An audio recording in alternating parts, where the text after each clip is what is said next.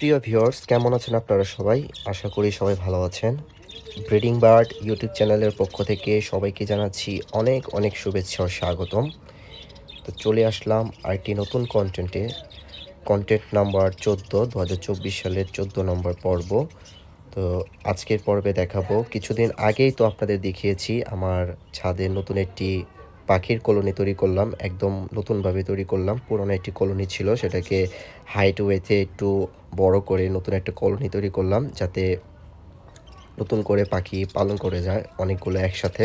তো আজকে সেই কলোনির যে 50 পিস পাখি কিনেছিলাম, লটিনো পাখি, সেই পাখির ব্রিডিং প্রোগ্রেস আপনাদের সাথে শেয়ার করব। তো শুরুতে দেখতে পাচ্ছেন এক পেয়ার। তো শুরু হয়ে গেছে ব্রিডিং প্রোগ্রেস, প্রায় 1.5 মাসের মতন হয়েছে পাখিগুলো কিনেছি, এর মধ্যেই ব্রিডিং প্রোগ্রেস শুরু হয়ে গেছে। অনেকগুলো পাখি প্রায় ব্রিডিং করছে, বাকিগুলো করবে, বাকিগুলো ব্রিডিংয়ের চেষ্টায় রাখছি। প্রত্যেকটা পাখি খুব সুস্থ সবলভাবে ব্রিডিং করছে, প্রত্যেকটাই ভালোভাবে ডিম বাচ্চা করছে। তো আজকে আপনাদের দেখাবো ব্রিডিং প্রোগ্রেসগুলো। তো দেখতে পাচ্ছেন এক পেয়ারের মধ্যে কিছু পাখি আছে, এখানে প্রায় 6 পিস পাখি আছে হয়তো। তো এই পাখিগুলো থেকে কিভাবে ব্রিডিং নিচ্ছি, কিভাবে এদের ডায়েট করছি, সব কিছুই আজকে আপনাদের সাথে শেয়ার করব। সাথে সাথে কোন কোন পাখিগুলো কেমন ব্রিড করছে, আশানুরূপ ফল আসছে কিনা, যে ব্রিডিং কোর্সগুলো করাচ্ছি, যে খাবারগুলো খাওয়াচ্ছি সব ফুড হিসাবে সেগুলো ভালো কাজে দিচ্ছে কিনা, সব আপনাদের জানিয়ে দেবো। তো পাখি দেখতে পাচ্ছেন এখানে কয়েক পিস প্রায় বড় হয়ে গেছে, এখানেও 5-6 পিসের মতো আছে। তো অ্যাভারেজে 4-5টা করে তো আছেই, কয়েক পেয়ারে 6 পিস করেও বাচ্চা আছে, দেখতে খুবই ভালো লাগছে। আর সবগুলো পাখি হচ্ছে লটিনো পাখি। এখানে একটা পাখির খাদ্যনালীতে দেখা যাচ্ছে ভালোই সবজি খাইয়েছে। এখানে আরেক পেয়ার আছে, এখানে 1 পিস বাচ্চা ফুটে গেছে, আর বাকি 4টা ডিম আছে। ইনশাল্লাহ বাকি 4টা ডিম থেকেও বাচ্চা বের হবে, সবই ফার্টাইল, সবগুলোই আমি চেক করেছি। তো এরকমভাবে অনেকগুলো পেয়ারই ডিম বাচ্চা করছে, বাকিগুলো করবে আশা করি, যেহেতু ব্রিডিং প্রোগ্রেস শুরু হয়ে গেছে।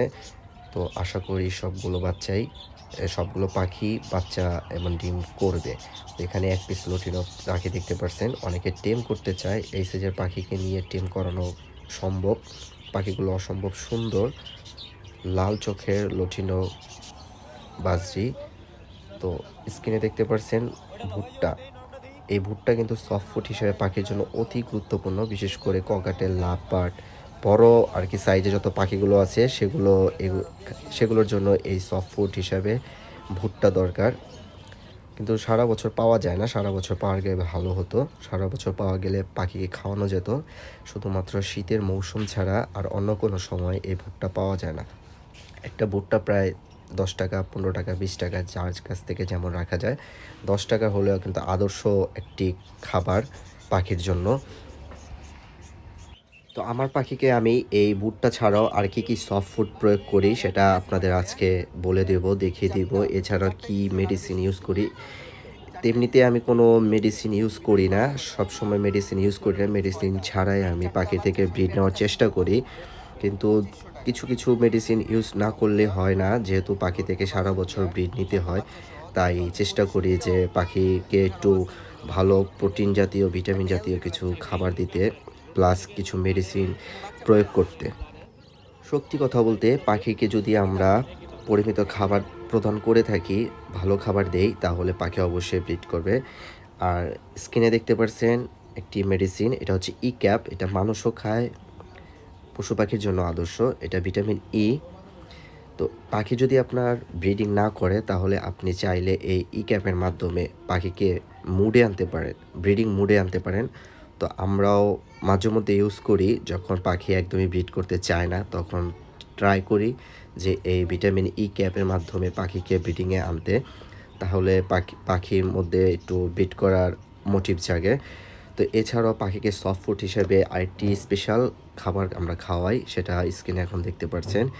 এগুলো সব আমাদের পার্সোনাল একটা এক্সপিরিয়েন্সের জন্য। এখানে প্রায় ৩-৪ আইটেমের জিনিস আছে যেগুলো আমরা পাখিকে সফট ফুড হিসাবে খেতে দেই। এখানে পোলার চাল আছে, গম আছে, ৩-৪ ধরনের ডাল আছে। এগুলোকে আমরা ভিজিয়ে সফট ফুড করে তারপর পাখিকে খেতে যাই। এগুলো খেলে পাখি দেখেছি ভালো রেজাল্টই পাওয়া যায় এখান থেকে। তো পাখি এগুলো সফট ফুড ভালোই খায়। এছাড়াও আমরা রুটি খেতে দেই, মাঝে মধ্যে শাকসবজি খেতে দেই, যেগুলো পাখির জন্য আদর্শ। তো আপনারাও যদি পাখি থেকে ভালো ব্রিড পেতে চান তাহলে অবশ্যই পাখিকে এরকম সফট ফুড প্রদান করবেন। মনে রাখবেন, সফট ফুড ছাড়া কিন্তু পাখির বাচ্চার বৃদ্ধি বেশি ভালো হয় না। আপনি যত বেশি সফট ফুড ইউজ করবেন পাখির বাচ্চাদের বৃদ্ধিও তত ভালো হবে। আরেকটা মেডিসিন ইউজ করি একমি কোম্পানির, জিটবেট। এই জিসবেট এটার দাম হচ্ছে মাত্র ৪৫ টাকা। তো এটা আমরা মাঝে মধ্যে ইউজ করি, সবসময় ইউজ করি না। এটা ইউজ করি একদম পাখি যখন ব্রিড করার পর ডিম পাড়া শেষ হয়ে যায় তখন একবার ইউজ করি, আর বাচ্চা যখন বড় হয়ে যায় তখন আরেকবার ইউজ করি, যখন নতুন করে পাখি আবার ব্রিডে আসবে। এছাড়াও পাখিকে খাবার হিসাবে ভালো খাবারই দেই, শুধু চীনা দেই না। এখানে কয়েক পদের খাবার আছে। এটার কেজি হচ্ছে ১৪০ টাকা করে কেজি।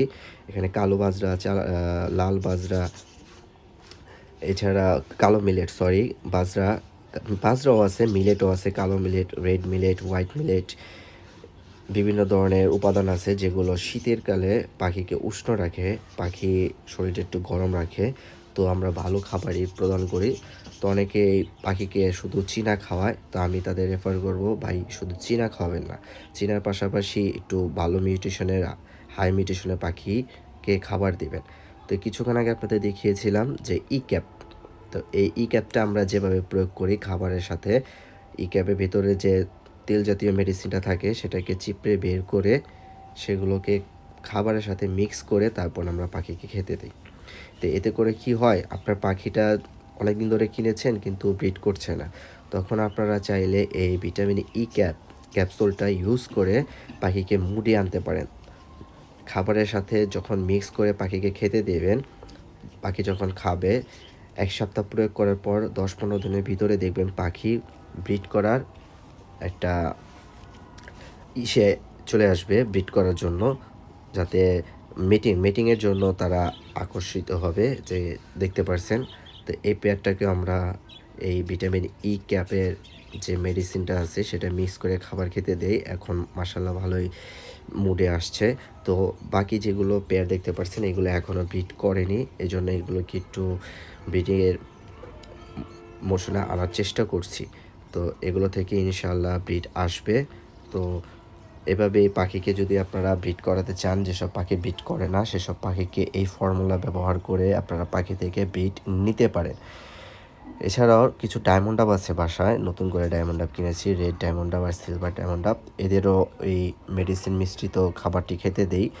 এরা যদিও এমনিতেই ডিম বাচ্চা করে, তো যেহেতু পাখি খাবারের সাথে মেডিসিনটাই মিক্স করে ফেলেছি তাই খেতে দিয়েছি। ইনশাল্লাহ এদের থেকেও ব্রিড পাবো সামনে। এদের থেকে কেমন ব্রিড পাচ্ছি না পাচ্ছি সেটা আপনাদের জানাবো।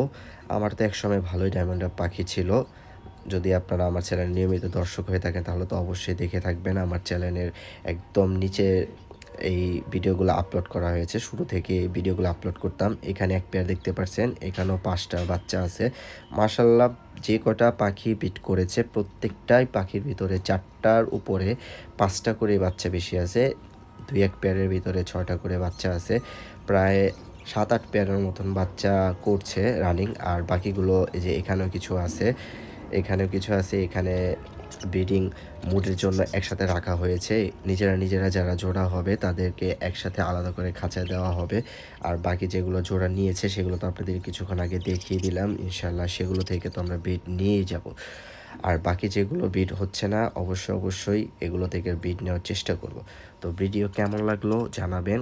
আর আপনারা যারা আমার চ্যানেলে নিয়মিত দর্শক আছেন তাদেরকে অনেক শুভেচ্ছা জানাচ্ছি। যারা নিয়মিত ভিডিও দেখছেন কিন্তু সাবস্ক্রাইব করছেন না তাদের বলবো অবশ্যই এটি সাবস্ক্রাইব করে দিন ভাই, এটি সাবস্ক্রাইবে কোনো সমস্যা হয় না।